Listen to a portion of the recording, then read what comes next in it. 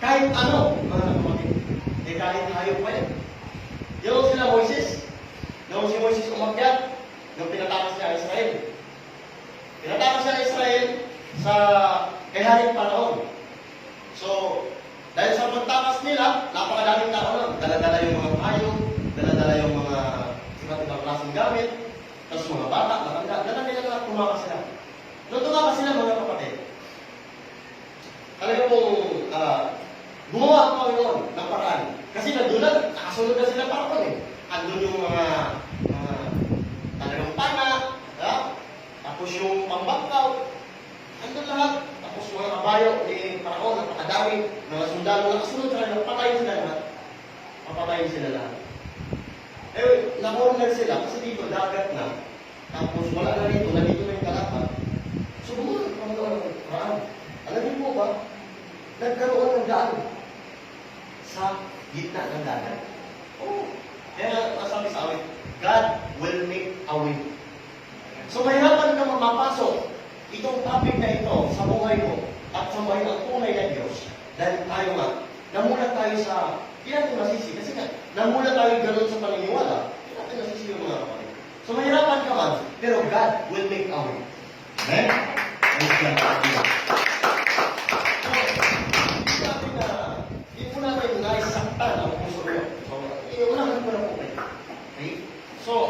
Kasi, gano'n po talaga eh. Ang sabi ng Panginoon, humiyaw ka, sumigaw ka, iyong ipaalala sa aking bayan ang kanilang kasama ang ginagawa. Kasi alam mo ba, sabi ng Panginoon, no? Magsialis tayo sa kanya, bayan ko. Magsialis tayo. Saan tayo? Punta tayo sa Panginoon. So, yun nga, tulad doon sabi natin, paano kung sinasamba lang nila ang tunay na Diyos, na Espiritu, pero hindi nila yun sinasamba. Pero, para saan yun? Decoration lang? Para saan? For attraction lang? Ano ba? Bakit mayroong mga sila? Tapos niluluran. At ito ba problema? Bukuha ka ng panyo, tapos lagay mo sa kung saan may sakit. So, pag-alaman din po natin yan, tuloy lang po tayo. So, sinasamba po talaga yun. Halimbawa, ang sundin natin yung sabi nila na hindi yan ang sinasamba namin, kundi yung Diyos sa taas. Pero nilagay lang namin yan para at least hindi kami magbungang tama. Ang sabi nila. Kasi ikaw naman, magsasalita ka mag-isa. Mahirap yun. Magsasalita ka mag-isa. Luluhod ka mag-isa. Para sa kanila. Pero kapag nalamin po natin, bakit tayo luluhod? Kaya mag-isa ka at walang bagay na niluluhod. So, paano kung gano'n? Halimbawa, sabihin ko na punta ako sa SM, tapos may ka-holding hands ako. Okay? Tapos nakita ko ni Sister Bante. Nakita ko.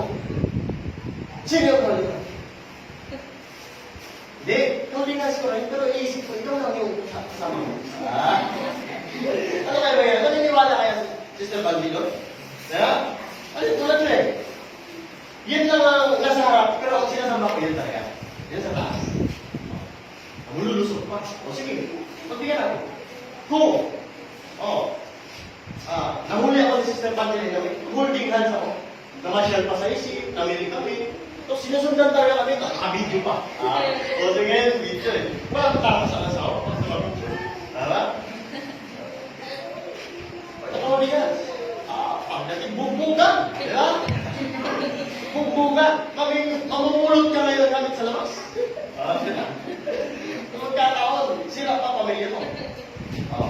Ito ang rason mo, hindi para talaga sa iyo yung paghulingan ko. Hindi sa kanya yun, para sa iyo yun. Ano, naniniwala kaya yun? Kayo? Si Luso eh. Si Luso. Diba? Matindi pag si Luso. Ikaw ba naman? Sa mga may asawa. Matindi. Pag nakita ng asawa niyo na may kinakaringking ng iba. Mga girlfriend, may kinakaringking ng iba. So, kahit hindi nyo pa nakita, mahinala na kayo. Diba? Magkakapagkilala eh. Hindi pa ka nakita. Paano pag nakita ka kaya? Tapos may nakita, sasabihin, di. Siya ka-holding hands ko. Pero ang iisip ko, ikaw. Para sa'yo yung pag-holding hands ko. Diba? Hindi sa kanya yun. Diba? para sa kanya, hindi naman siya unholy. Di ba? So, mahirap. Hindi ka makalusot. Away pa rin. Kaya sa Diyos, ano pa kaya, mga kapatid? So, pakinggan natin dito sa Exodus 23:13 po. Atin po gamitan ng mga talata, mga kapatid, para na hindi po tayo mag-misinterpret. So, sa Exodus 23:13. At lahat ng mga bagay na aking sinabi sa inyo ay inyong ingatan, at huwag ninyong banggitin ang pangalan ng ibang Diyos o marinig man sa inyong bibig. Ayun. Di ba? Ibang mga Diyos. Marami kasing Diyos. Pero tingnan mo yung Diyos dyan, small letter D. Pagka tunay na Diyos, big letter yun. No? So, ang sabi rito, ni pangalan nga, huwag niyong babanggitin. Eh, alam niyo naman po, pag sa Katoliko, marami po silang mga binabanggit. Santa Maria, San Juan, di ba may mga ganun? Tapos, inano pa yata yun, pinaparada yun, iniikot, di ba? Tapos binuhat, inubuhat. Di ba? Posisyon, yun, tawag ng posisyon. Nakasama ako niyan, 2 beses bata pa ako. May namatay pa ko eh. Yung iba, namatay. Nagkatulangan. Ang grabe, ang dami yung nagbubuhatan. Tapos may pilit umakyat doon. Punas lang yung pangyo. Tapos nailagay doon sa may sakit. Gagaling na daw. Gagaling na daw. Yun lang po. Ang sabi, sana naman gumaling. Kahit man nilagay nila, sana gumaling po talaga. Mahina po yung may sakit. Kung ikaw may nararamdaman, kahit sino tao, dapat mawala sa iyo yan. Di ba? Mahirap pag may sakit. Pero isa lang po magagamang sa atin ang Panginoong Diyos. Kailangan lang po natin. So kahit dito ang sabi, kasi papagaling nga daw babanggitin. Santa Maria, si Maria ngayon. Di ba? Si Maria. Kay Maria sila, nananalangin. Oh. Alam niyo po, kay Maria sila nananalangin. Totoo po ba yun, di ba, sa mga Katoliko? Nanalangin po sila. Dinadaan nila kay Maria, papunta kay Jesus. Oh. Pakinggan na tayo natin mga kapatid, kung kanino po talaga dapat tayo manalangin. Pakinggan mo natin, kung kay Maria po ba talaga. Dito sa puno sa 3:17 po mga kapatid, pakinggan natin.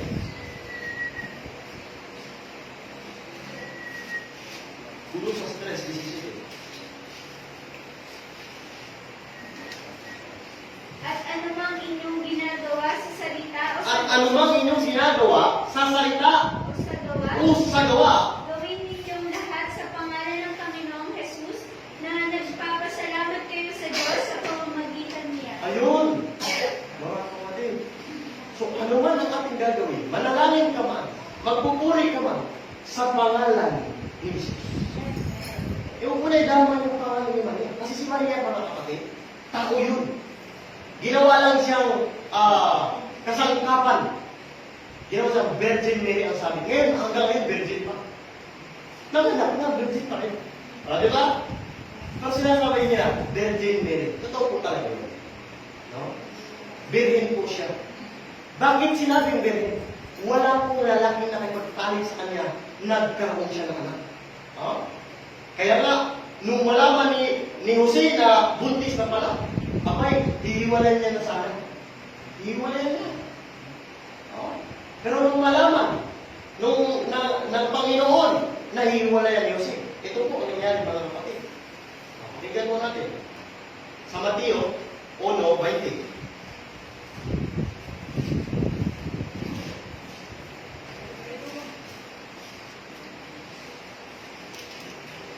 Datapwat samantalang pinag-iisip niya ito, narito ang isang anghel ng Panginoon ay napakita sa kanya sa panaginip na nagsabi, Jose, anak ni David, huwag kang nangamba sa pagtanggap kay Maria na iyong asawa, sapagkat ang kanyang dinadalang tao ay sa Espiritu Santo.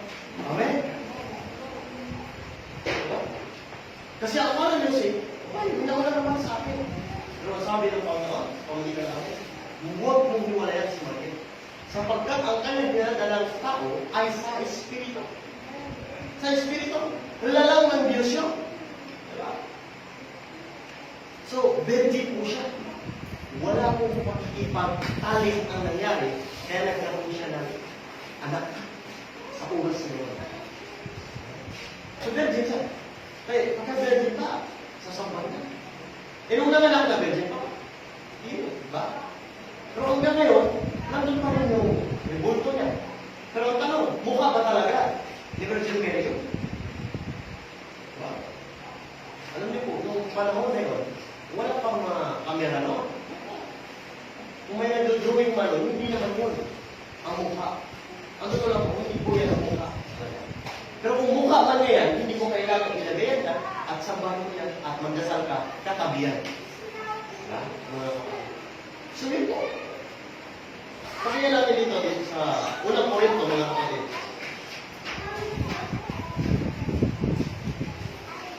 Kapitulo 10, 31 hanggang 33.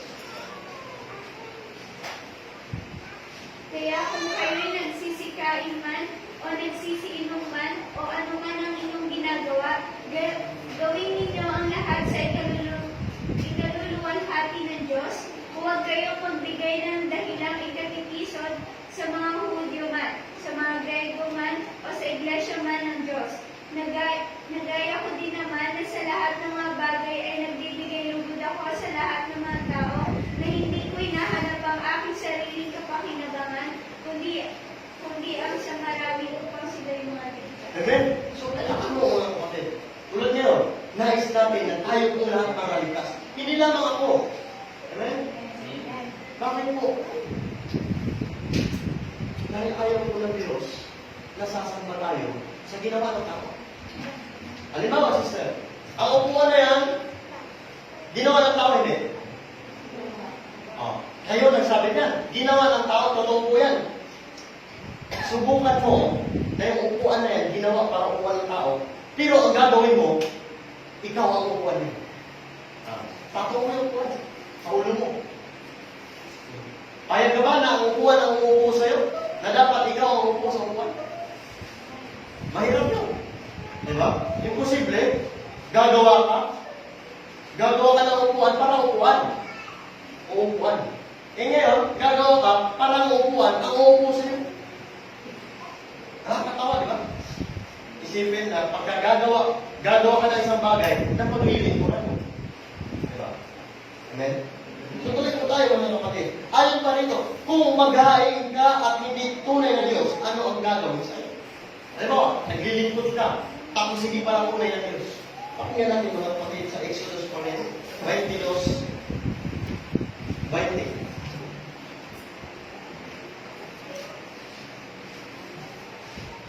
Yaong maghain sa anumang Diyos, maliban sa Panginoon lamang ay lubos na papatayin. Ayun. Maliban sa Panginoong Diyos lamang. Pagka ikaw ay naglingkod, naghain ka sa ibang mga Diyos, papatayin ka. Ngayon, pinag-usapan natin ng dalawang klaseng patay na nabanggit sa banal na kasulatan. Yung patay na hindi mananampalataya at yung patay na nalibing na. Wala na tayong buhay. Amen? So dito, papatayin. Lalo pa kaya, pagdating ng judgment, patay talaga. Yun po yung tinatawag na ikalawang kamatayan. Namatay ka ngayon, physically, namatay ka. Diba? Pinangungod ka, nagutom ka, hindi ka na nakain, namatay ka. Namatay ka sa gutom. Maghintay ka ng pagbubuhay ng muli. At harap ka sa Panginoon at hintayin mo kung saan ka nararapat. May pangalawang kamatayan. Saan yun? Sa dagat-dagatan ng puno. Okay? Pakinggan mo natin dito sa Isaias mga kapatid, 44:17-18. Ano ba ang ginagawa nila sa kanilang ginawa sa isang bagay? Gumawa sila ng revolto, gumawa sila ng inanyuan, mukhang tao, ano ito nila? Isaias 44:17-18. At ang labis niyaon ay ginagawa niyang Diyos sa mga tuwid bagay kaniyang narawang inanyuan, kanyang pinagpapatirapaan at sinasamba at dinadalanginan at nagsasabi, "Iligtas mo ako sapagkat ikaw ay aking Diyos." Hindi sila magkakaalam o nagsisigunitaman sapagkat ipinigit niya ang kanilang mga mata upang sila'y huwag makakita at ang kanilang mga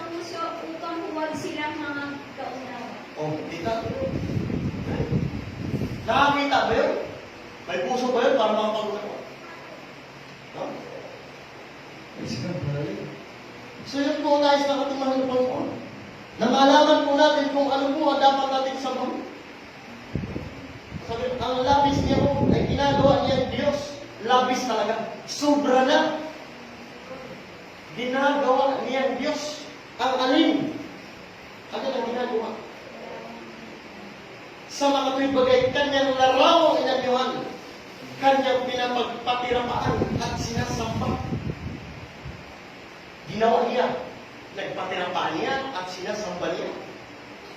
At dinadalanginan. At nagsasabi, iligtas mo ako sapagkat ikaw ay aking Diyos. Tingnan mo yung letrang ng Diyos dyan, small. Hindi tunay na Diyos. Hindi sila nagkakaalam o sisigunita man sapagkat ipinigit niya ang kanilang mga mata. Hindi nakadilat yung mata nila upang sila'y huwag makakita at ang kanilang mga puso upang huwag silang makakapunang. Ginawa nila doon sa ginawa nila. Tinapaan, sinamba nila. So, sa anong mukha kahawig ang Diyos-Diyosan na sinasamba nila? Sa anong mukha? Pakinggan natin sa Deuteronomy, Kapitulo 4. 16 hanggang 24.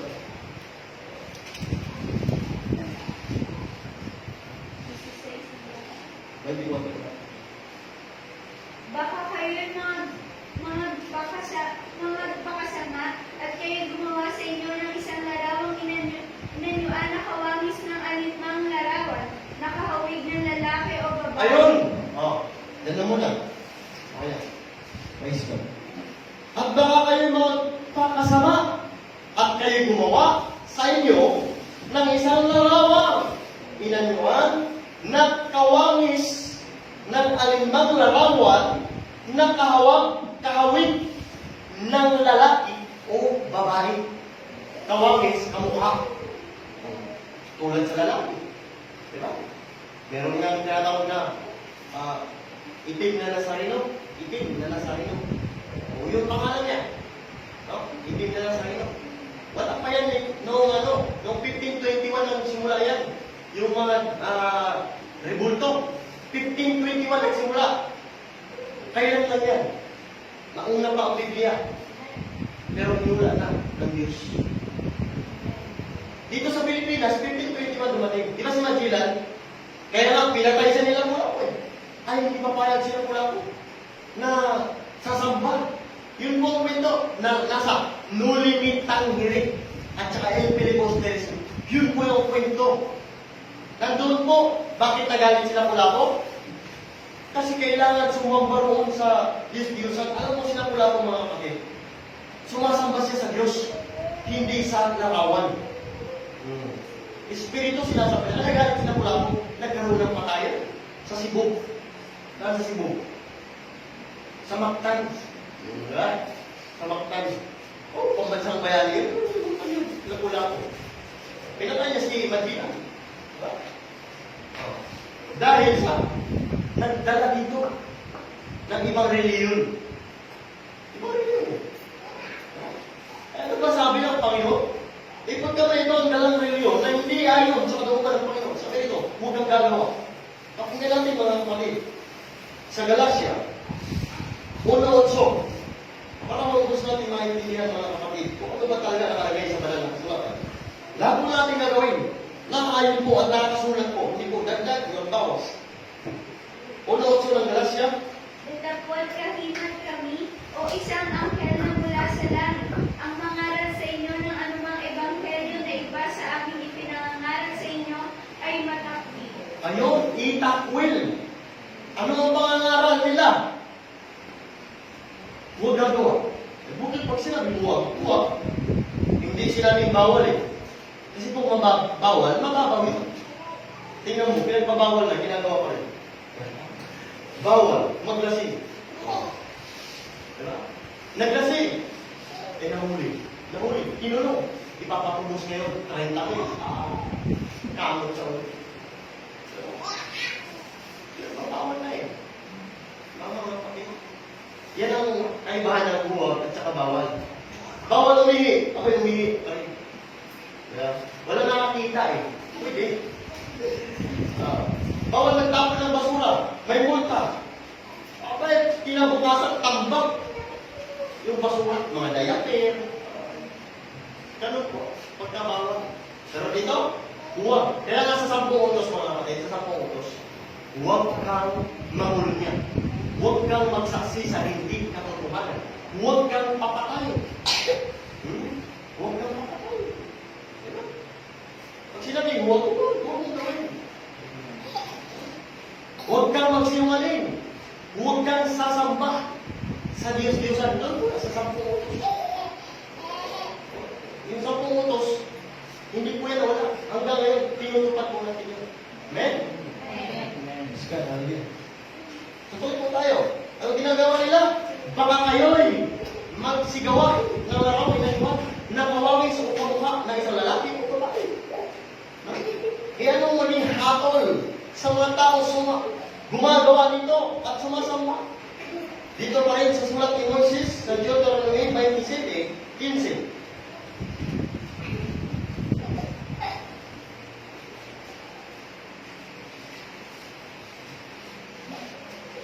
Sumpain ang taong gumagawa ng larawang inanyuan o binugo. Sumpain ang taong gumagawa ng larawang inanyuan. O binugo. Bagay na karungaduman sa Panginoon, nagawa ng mga kamay ng mga manggagawa at inilagay sa dakong lihim at ang buong bayan ay sasagot at magsasabi, siya nawa. Ano? Di ba? Sumpain nga ang tao. Kaya tingnan mo. Ano po ba yung sumpa? Ay, pagdating ng araw, sumpa. Bakit? Bakit nandyan yan, brother? Pakinggan natin sa Jeremias. May nilagay kasi sa harapan natin ang Panginoon. Jeremias 7:31. At kanilang itinayo ang mga mataas na dako ng topet na nasa libis ng anak ni Hinnom upang sunugin ang kanilang mga anak na lalaki at babae sa apoy na hindi ko iniutos o pumasok na sa probinsya. Amen. Tingnan mo mga ginagawa nila. Yung Diyos, hindi naman naisip ng Diyos o hindi niya inutos, pero ang ginagawa nila, matindi talaga yun. Unang panahon, yung anak talaga mismo nila, susunugin. Grabe na. Kaya ayaw ng Diyos yun. Kita mo, ang anak talaga mismo nila, sinunod. Hirap yun. Para naman i-offer sa hindi tunay na Diyos. So saan ba yari at sino ang gumawa sa mga Diyos na ito? Pakinggan natin dito sa Jeremias, Kapitulo 10, 2 hanggang 8.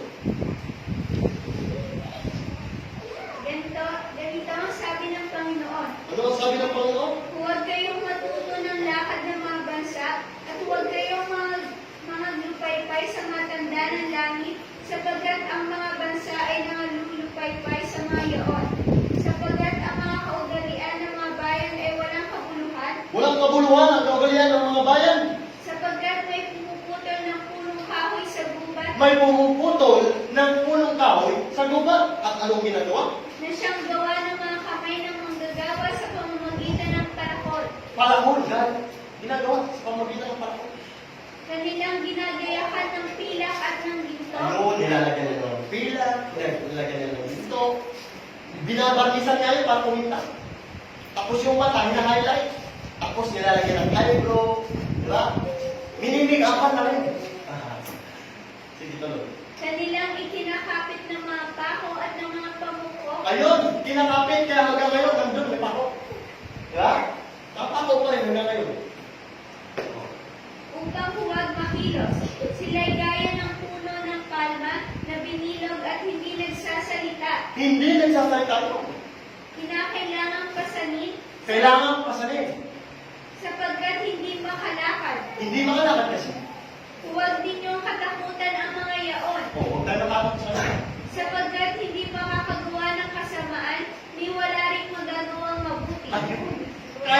mabuti o masama, di nagkakagawa yun. Di ba? Eh dapat, kahit masama man lang, at least ma-prove natin na kaya pala gumawa. Tulad mo si Diablo, ang demonyo. Nakagawa, ano ang ginawa niya? Kasamaan.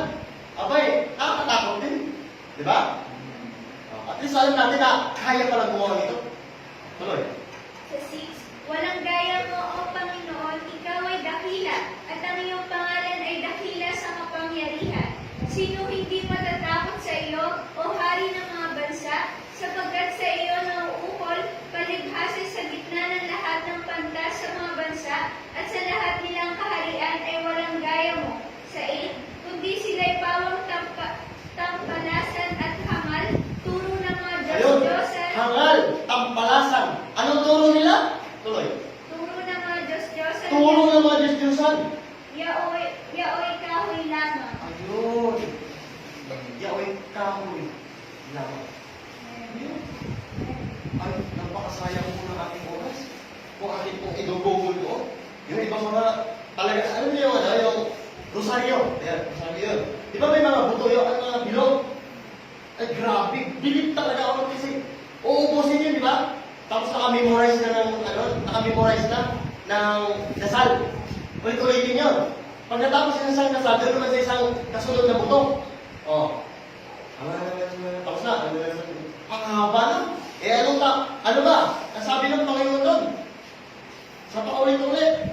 Dadasal. Pakinggan natin sa Mateo. Sa 7.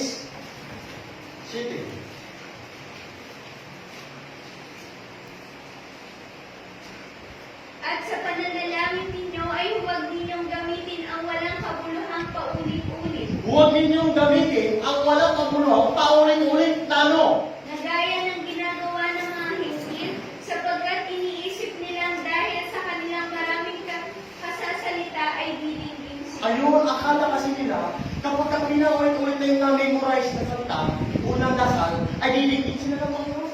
Ay, hindi. Ginagawa nila bubuong Panginoon pagkaganon. Eh, kagabi yun na rin sinabi mo. Kanina yun din sinabi mo. Kaya naman, paulit-ulit.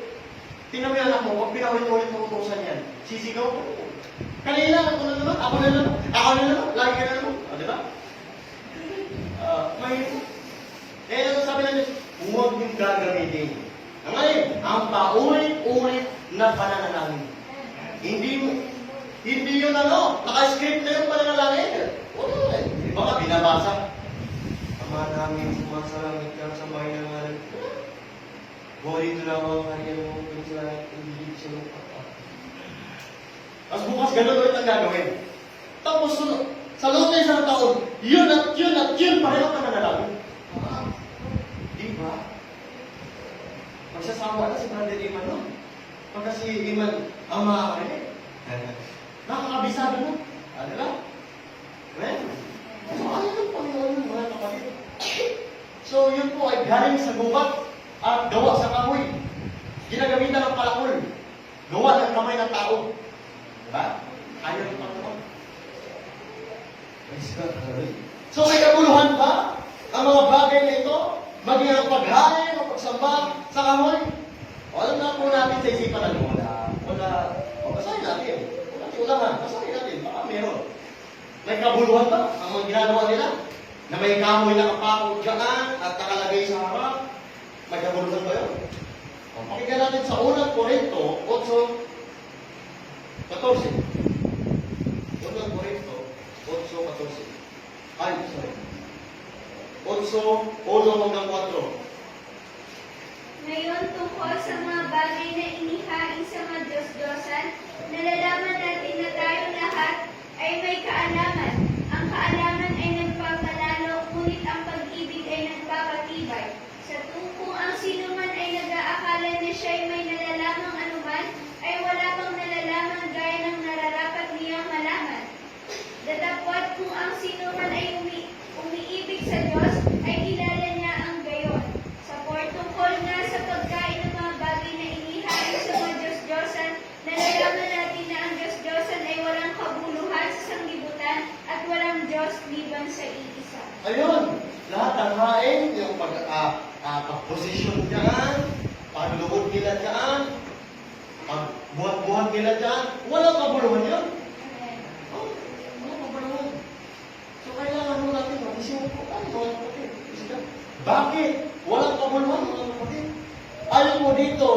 sa mga awit.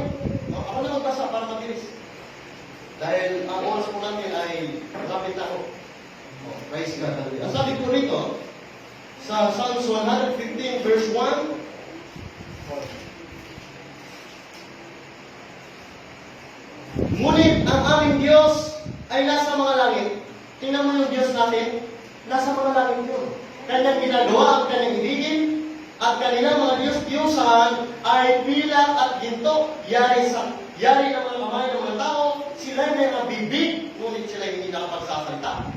May mga mata mayroon sila, ngunit hindi sila mga nakakita. Sila ay may mga tenga, ngunit hindi sila nakakarinig. Mga ilong ay meron sila, ngunit hindi sila nagkakaamoy. Mga kamay meron sila. Di ba? Meron din sila mga kamay. Ngunit hindi sila nakakatangan. Hindi na gumagalaw. No? Mga paa meron sila. Ngunit hindi sila nagkalakad. Ni nagsasalita man sila sa kanilang ngala-ngala. Bakit po? Praise God. Dahil ang atin pong kailangan sambahin mga kapatid. Alin po ba ang dapat sambahin? Ito, pakinggan natin. Sa Juan. Alin po ating dapat sambahin? Juan 4, 23 hanggang 24.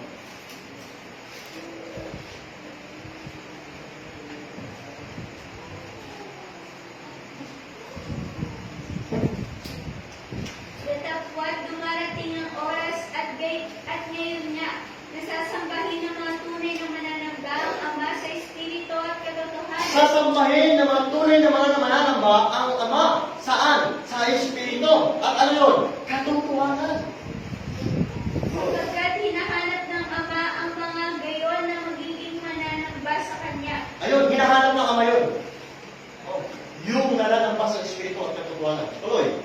Ang Diyos ay Espiritu. Ang Diyos ay Espiritu. At ang mga sa Kanya'y nagsisisamba ay kinakailangan magsisamba sa Espiritu at sa katotohanan. Ayun. Ang Diyos ay Espiritu. At lahat ng maglilingkod at sasamba sa Kanya at mananalangin sa Kanya ay mananalangin at sasambasan sa Espiritu at katotohanan.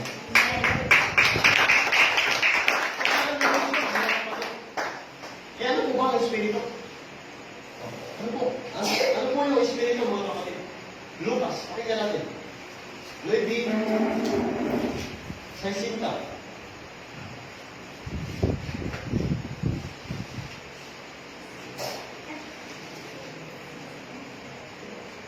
Sorry. Ano po ba? So, ano po ba ang ating isipin, mga kapatid? Ano po ba ang isipin natin sa pagka-Diyos? Dito po, mga kapatid, sa gawa. 17. 29. Yamang tayo may lahi ng Diyos Yamang tayo lahi ng Diyos, ay hindi marapat nating isipin na ang pagka-Diyos ay katulad ng ginto huwag natin isipin na ang pagka-Diyos ay katulad ng ginto, o ng pila unang pila, o ng bato unang bato. na inukit ng kabihasnan Ayun, na inukit ng kabihasnan at katalinuhan ng tao. at katalinuhan ng tao. Ay, magaling mong gaya ng mukha yun. Magaling din na gawa ng ribulto. May kamay din. Papakintabit pa nga nila yan. Pipinturahan pa nila yan. Diba? Tapos, dadali na yun sa simbahan. Mababasbasan na kay Father yun. Tapos, tatawagin na yung mga bata. Magdadala nun, magbubuhat. Oh, Diyos ang kayo dyan. Diba? Pinibinta pa kayo eh. Swerte to, swerte. May ganun. Swerte to. Swerte pala. Bakit binibinta? Oh. Ay, pabili na. Akin na lang lahat yan. Swerte pala mo. Oo, kapatid. Oh, binibinta yun. Oo, naman. Yung destination nila. At least, nabasbasa ni Father yun. Ni Pare. Nabasbasa niya. Holy water. May holy water pa. Pero walang yung holy water dito sa Biblia. Holy Ghost na dito. Banal na Espiritu Santo. Hindi holy Ghost. Hindi holy water. Wala